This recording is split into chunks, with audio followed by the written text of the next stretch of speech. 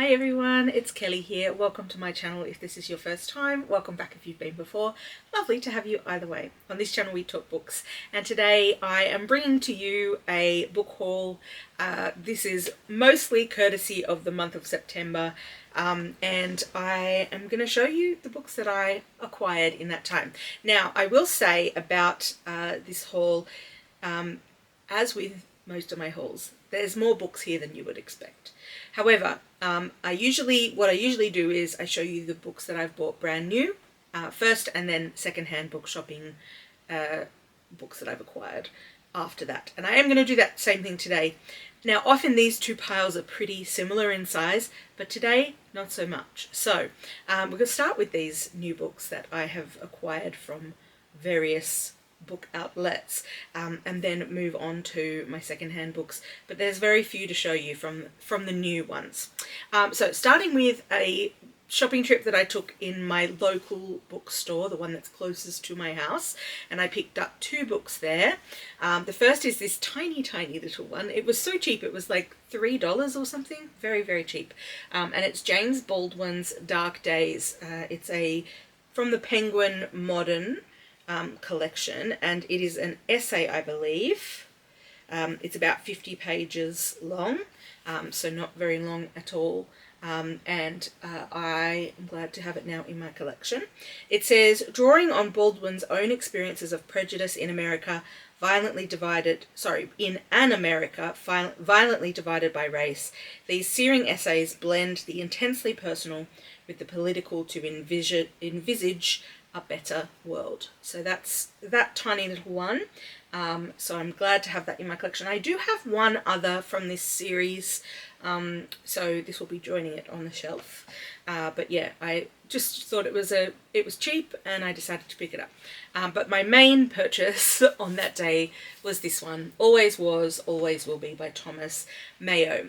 So in Australia, earlier this year, last year I think it was now, probably last year, we had a referendum about amending our constitution to include a section that was sort of acknowledging and giving voice to Parliament for Aboriginal people. So the referendum was for changing our constitution, and the proposed change was to add this voice to Parliament, which would then be enshrined in our constitution. It was, unfortunately, it did not pass, but Thomas Mayo wrote a book, which I read at the time, that was about what that meant, like what that constitutional change could look like, and it was a great book. I enjoyed reading it. I found it very informative. He explained things very well. So he has since come out with this book, which is sort of like a follow-up to that book, now that we know that that did not happen, so we did not get to change our constitution. So it says on the back, in Always Was, Always Will Be, award-winning author Thomas Mayo addresses the question that many Australians have been asking since the failed 2023 Voice to Parliament referendum: what's next? Mayo draws on his decades of experience as an Indigenous advocate for justice as he investigates the answer through clear, factual explanations and his own personal experiences. Always Was, Always Will Be is essential reading for those who want a nation where Indigenous Australians can expect the same quality of life as their non-Indigenous friends. It's for Indigenous and non-Indigenous people who are ready to do everything they can to close the gap. So I obviously want that. That is what I want. I did vote yes for the referendum change. And I'm excited to have this now and to read it, and to learn what next. That's exciting for me, to kind of contemplate that and to hear from Aboriginal voices about what they consider to be the what next in this situation. Okay, moving on now to some books that I ordered online. This one is a very tiny copy of A Room of One's Own by Virginia Woolf. And this is from the Macmillan, I can never remember what these are called, Macmillan Collectors Library. And this is an essay by Virginia Woolf about the importance of having a room of one's own, I believe, to write. So it says on the back, a woman must have money and a room of her own if she is to write fiction. So that is the essential premise of this. I have quite a collection of these little Macmillan Collectors Library editions. So I was looking for a copy of this because I didn't have one, and this was the nicest copy I could find online. These are great because they're tiny.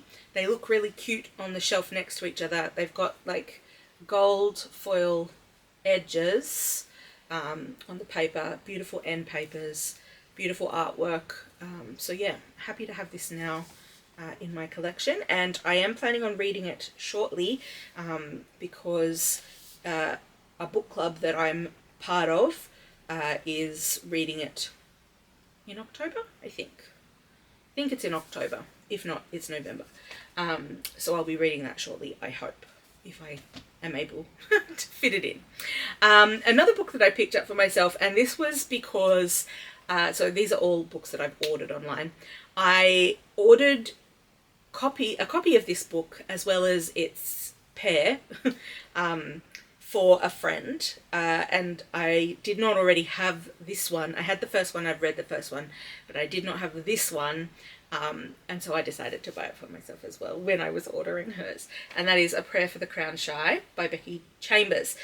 So this is the second book in the Monk and Robot series. I assume that at some point we're going to get more, but as far as I know, there's only 2 so far. The first one was called A Psalm for the Wild Built, and I read that I think earlier this year. I will put my review up here if I can find it. So it says, after A Psalm for the Wild Built comes this tale of hope and acceptance in the second volume of the USA Today best-selling Monk and Robot series. After touring the rural areas of Panga, Sibling Dex, a tea monk of some renown, and Mosscap, a robot sent on a quest to determine what humanity really needs, turn their attention to the villages and cities of the little moon they call home. They hope to find the answers they seek while making new friends, learning new concepts, and experiencing the entropic nature of the universe. Becky Chambers' new series continues to ask, in a world where people have what they want, does having more even matter? They're going to need to ask it a lot. So the first, this series is cozy science fiction. The first book I liked. I didn't like it as much as I was hoping I was going to like it. I think probably because it had been really hyped. But the concept of a tea monk is just such a cozy concept. And in the first book, when we meet Sibling Dex and find out about how they operate their kind of like not carriage, what do you call it? Like a caravan. Essentially, it's like a caravan. And they kind of roll up at an area, open up, and then they start making tea for people. And it's basically just an opportunity to have a conversation with somebody and talk something through. And the tea that they make for you is like, relevant to what you're talking about and what you need in that moment. And I just love that concept. So I'm keen to spend more time in their world. So that's that one. Excited to get to that one. Then I picked up 2 more classics as well, and these are part of the Penguin Threads editions. So they are The Wizard of Oz by L. Frank Baum and The Wind in the Willows by Kenneth Grahame. So the cool thing about these editions is, so the cover image is like an embroidery, and if you open up the to the inside, you can see, I don't know if you can see that, hold it back so that it's in the light, Kelly. So it's like it's the back of the tapestry, or like back of the embroidery, which is such a cool concept, and I really like these editions. So I have a couple of the other ones. I don't think I've got all of them, but this is, I'm getting closer to having all of them now, that I've got these 2. So I won't give you the synopsis of these, they're classics. So we've got The Wizard of Oz, which if you've seen the film you kind of get the idea of, and The Wind in the Willows, which is anthropomorphic animals carrying on basically like they're people.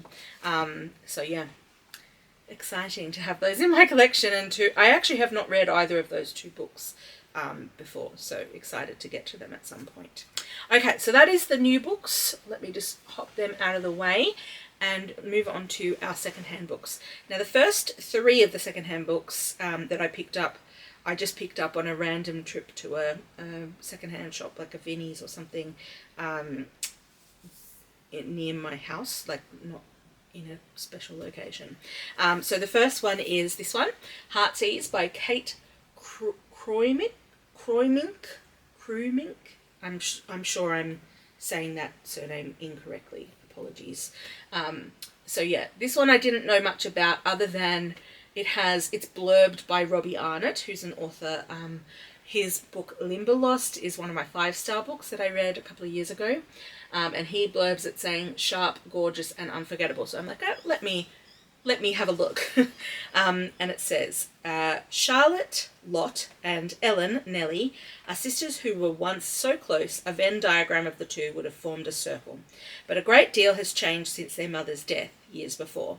Clever, beautiful, gentle Lot has been unfailingly dutiful.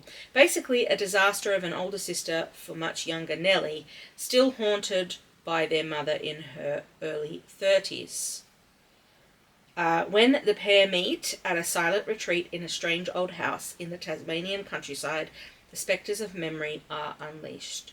Heartsease is a sad, sly, and darkly comic story about the weight of grief and the ways in which family cleave to us for better and for worse. It's an account of love and ghosts so sharp it will leave you with paper cuts. That sounds painful, but I'm here for it. So yeah, it's a beautiful cover as well, which I love. But yeah, that just sounds like a brilliant book, so I'm excited to have that one now in my collection. Another one, and I'm pretty sure this was also published very recently, maybe even this year. Yep, this year. So that was a really good find. And another one that I'm pretty sure was published this year. Yes, it was. And this was somebody's copy that they were made. I don't know that it was an ARC, but it was definitely a copy that was given to someone, because this is inside. So this is somebody's gifted copy, but they've potentially read it and then passed it on. But this one is called A Language of Limbs by Dylin Hardcastle. Again, an Australian, so both of these are Australian authors. And this one is blurbed by Hannah Kent, who's another well-known Australian author. It just says, I loved it. It's not a particularly descriptive blurb, but a blurb it is. So on the back it says, the first love of a teenage girl is a powerful thing, particularly when the object of that desire is her best friend, also a girl. It's the kind of power that could implode a family, a friendship, a life. On a quiet summer night in Newcastle, 1972, so Newcastle is like north of Sydney. It's in the same state that I live in, New South Wales, but it's sort of like up north. It's kind of like a small city in the north. And it sort of has a very working class background to it, but it's developed and become more of like an artsy place now. But anyway, that's just a little bit of background. Anyway, on a quiet summer night in Newcastle, 1972, back then it would have been a working class town, a choice must be made to act upon these desires or to suppress them, to live an openly queer life or to try desperately not to. Over the following 3 decades, 2 lives almost intersect in pivotal moments, the distance between them at times drawing so thin they nearly collide. Against the backdrop of an era including Australia's first Mardi Gras, so our Mardi Gras in Australia is a gay, like a LGBTQI plus Mardi Gras, so it started as a protest and is now sort of like a celebration, but this would have been the protest era of the Mardi Gras. and also the AIDS pandemic. We see these two lives ebb and flow with joy and grief and loss and desire until at last they come together in the most beautiful and surprising of ways. A Language of Limbs is about love and how it's policed, friendship and how it transcends, and hilarity in the face of heartbreak. An unashamed celebration of queer life in all its vibrancy and colour. This story finds the humanity in all of us and demands we claim our futures for ourselves. So that sounds pretty powerful. So yeah, I'm glad to have this one now and excited to read it. And the third book that I picked up in this at this time, in this trip, is The Mysterious Case of the Alperton Angels by Janice Hallett. So I know about The Appeal, which was her first very successful book, and it's a book that's told in like letters, emails, minutes, like meeting minutes, texts, etc. So it's kind of like a multimedia sort of situation, and it's kind of, you get evidence that you then are putting together to try and work out what's happening and who done it, etc. And this is a similar along a similar vein to The Appeal. I have not read The Appeal. From what I've heard from reviews, The Appeal is the best one, but this was the one that was on the shelf, so I picked it up, and hopefully I'll get to that one at some point. The Mysterious Case of the Alperton Angels. So it says, everyone knows the sad story of the Alperton Angels, the cult who brainwashed a teenage girl and convinced her that her newborn baby was the Antichrist. Believing they had a divine mission to kill the infant, they were only stopped when the girl came to her senses and called the police. The angels committed suicide rather than stand trial, while mother and baby disappeared into the care system. Nearly 2 decades later, true crime author Amanda Bailey is writing a new book on the angels. The Alperton baby has turned 18 and can finally be interviewed. If Amanda can find them, it will be the true crime scoop of the year and will save her flagging career. But rival author Oliver Menzies is just as smart and better connected and is also on the baby's trail. As Amanda and Oliver are forced to collaborate, they realise that what everyone thinks they know about the angels is wrong. The truth is something much darker and stranger than they'd ever imagined, and the story of the Alperton Angels is far from over. So that sounds really interesting, so glad to have that one on the shelf now. The next stack that I've got for you of secondhand books come from a recent trip that I took down the south coast, so I got to try to visit some of my favourite spots for finding new books, and the last 3 books that I'll show you are going to be from a new place that I've found in Nowra, and I will tell you about that when we get to them. But first of all, these books came from also Nowra, but it was a shop it's Salvo's there, so it's like a big secondhand shop, and they have a really great book selection there, of a huge section of books.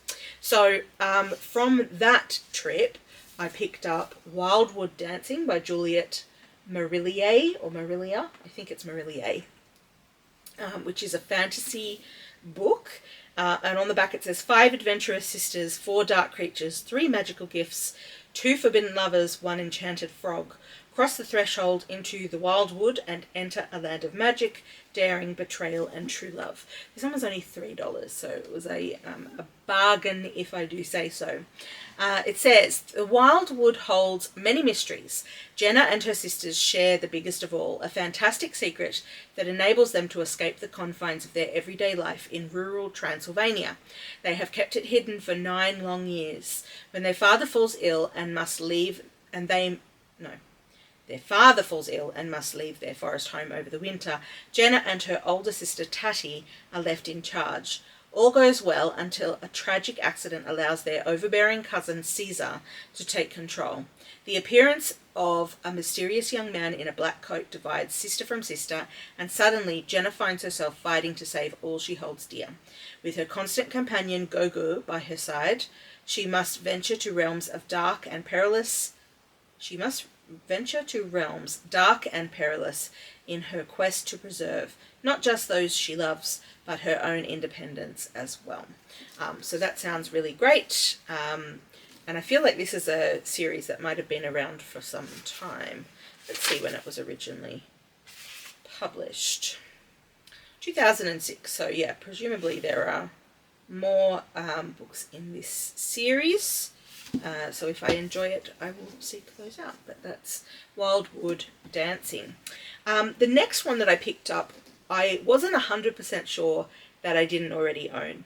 But I did double check my collection, and it's a different book. It's similar, very similar title and very similar cover, presumably because they work together. But the book that I picked up is The Testament of Loki by Joanne Harris.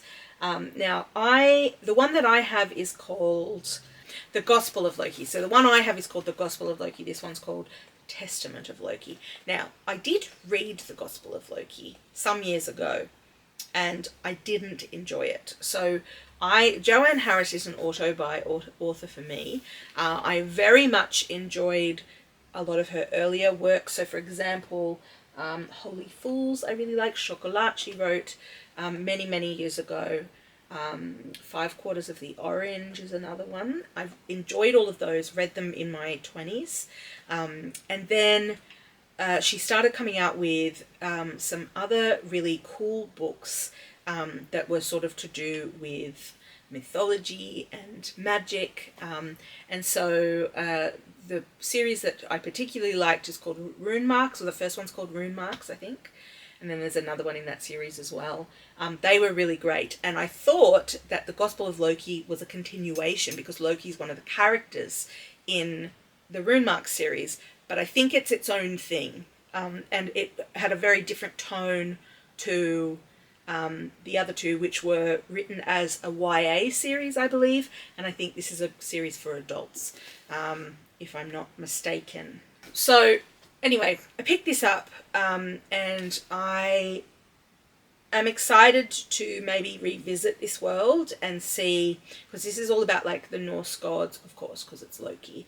And it's a really interesting sort of like universe to kind of work within. And she did it so well in Rune Marks. And I really want to reread Rune Marks, actually, which is not what this book is. So maybe I should focus on that rather than telling you about another book that I'm planning on rereading at some point. So on the back it says, Ragnarok was the end of worlds. Asgard fell centuries ago, and the old gods have been defeated. Some are dead, while others have been consigned to eternal torment in the netherworld, among them the legendary trickster Loki, a god who betrayed every side and still lost everything, who has lain forgotten as time passed and the world of humans moved on to new beliefs, new idols, and new deities. But now mankind dreams of the Norse gods once again. The river Dream is but a stone's throw from their dark prison, and Loki is the first to escape into a new reality. The first, but not the only one. Other darker things have escaped with him, who seek to destroy everything that he covets. If he is to reclaim what has been lost, Loki will need allies, a plan, and plenty of tricks. So that is The Testament of Loki. And then I picked up a non-fiction book, which is called Unnamed Desires, a Sydney Lesbian History by Rebecca Jennings. I'm excited to have found this book I didn't know existed, and I'm interested to read more about lesbians and the history of that aspect of the queer community in my city where I live. So it says, the first in-depth study of female same-sex desire in 20th century Australia, Unnamed Desires explores the compelling stories of ordinary women who struggled to build lives and express their love for other women in a hostile society. Focusing on Sydney and country New South Wales in the mid-20th century, 1930 to 1978, it traces the development of lesbian culture, identities and material spaces from the interwar period to the first Mardi Gras. I love books that are set in the interwar period. That is a period of history I'm really interested in, especially in Sydney. So that's exciting that's the time frame that we begin there. This book offers fascinating new insights into the social and cultural history of mid-20th century New South Wales. So excited to have found this book and really excited to get to reading it soon. 2 more books to show you. One is a classic, and that is North and South by Elizabeth Gaskell. This is part of the Penguin English Library, of which I have a couple. Let me just have a look and see if I can see them real quick. I think I only have maybe 2 of these. And I can't see them at this time, so they must be on a lower down shelf where I can't see.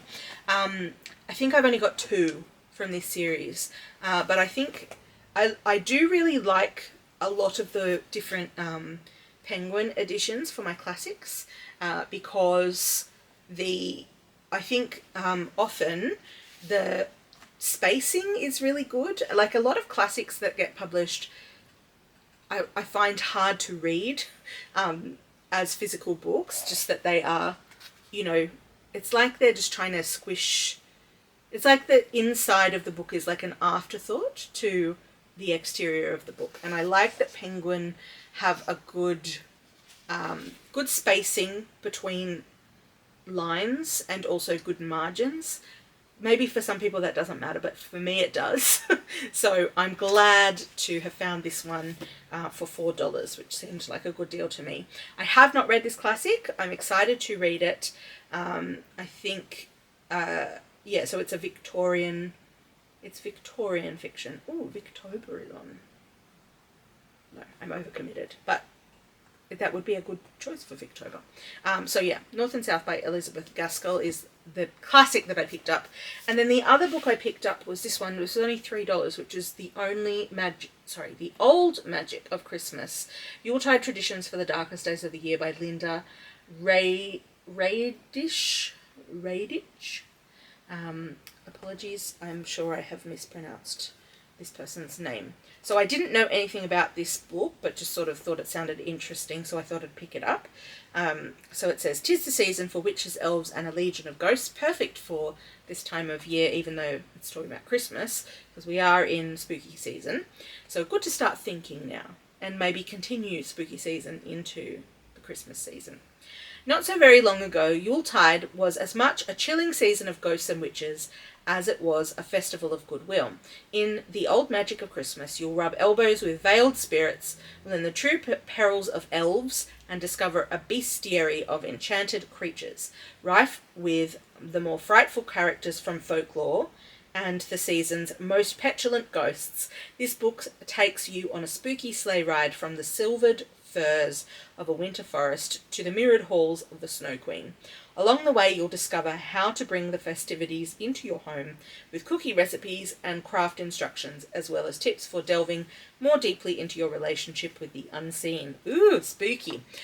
So yeah, it's a very mixed sort of book. Sounds interesting to sort of read some of the other traditions around Christmas and, yeah, just kind of get a feel for all of those aspects of Christmas that we might not talk about quite so often. So that's that one. Okay, now the last 3 books to show you came from a shop that I discovered on this trip, and that shop is called Anne's Secondhand Books, and it's located in Nowra on the south coast of New South Wales.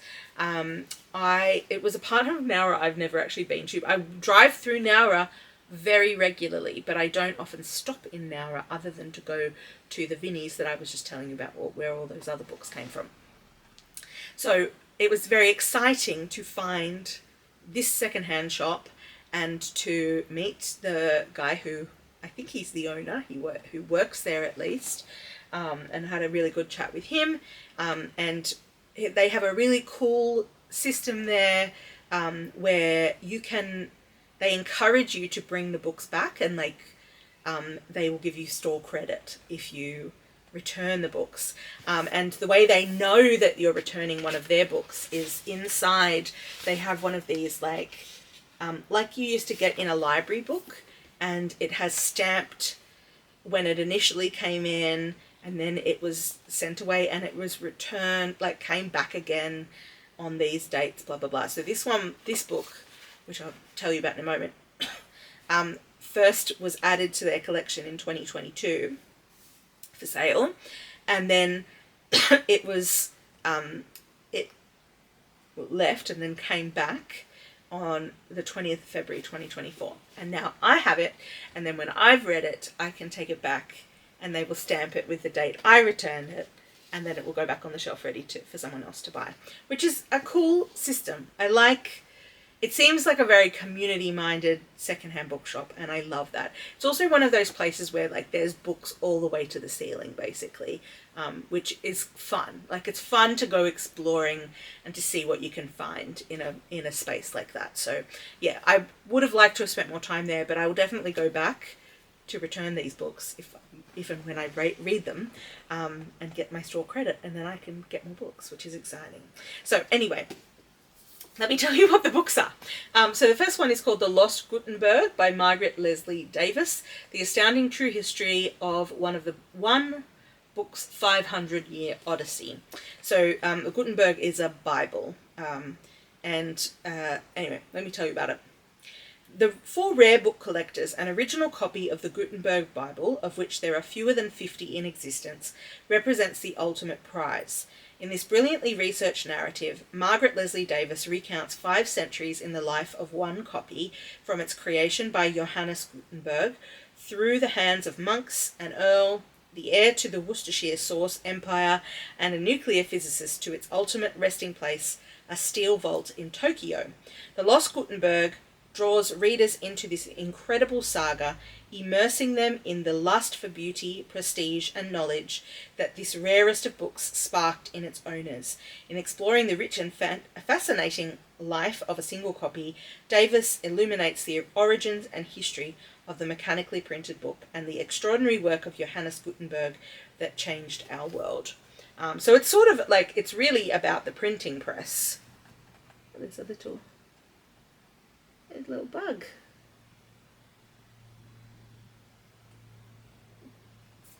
A little bug on my table. I don't know where it's come from. It almost looks like a tiny lady beetle, but it's not colourful. What are you doing there, friend? You can't see this bug. I'm just going to move on. Anyway, so yeah, that's exciting. I'm interested in this. I'm interested in the history of the printing press, and interested in how a historic book makes its way through the world, and how it ends up where it ends up, which I think is cool. The next one that I picked up was The Vaster Wilds by Lauren Groff. I read Matrix by Lauren Groff and loved it 2 years ago now, I think, maybe last year. And I've heard this one is quite different to Matrix, and not everybody who's reading this one loves it, but I'm excited to give it a go and was glad to find a secondhand copy, because I've had the new copy on my wish list for some time, so excited to find this one. Oh, I haven't even told you what it's about. Anyway, 1600s, a young girl escapes from a settlement into the night. She chooses to leave behind everything she's ever had. Her roof, her home, her country, her language, the only family she has ever known. She carries nothing but her wits, a few possessions, and the spark of God that burns hot within her.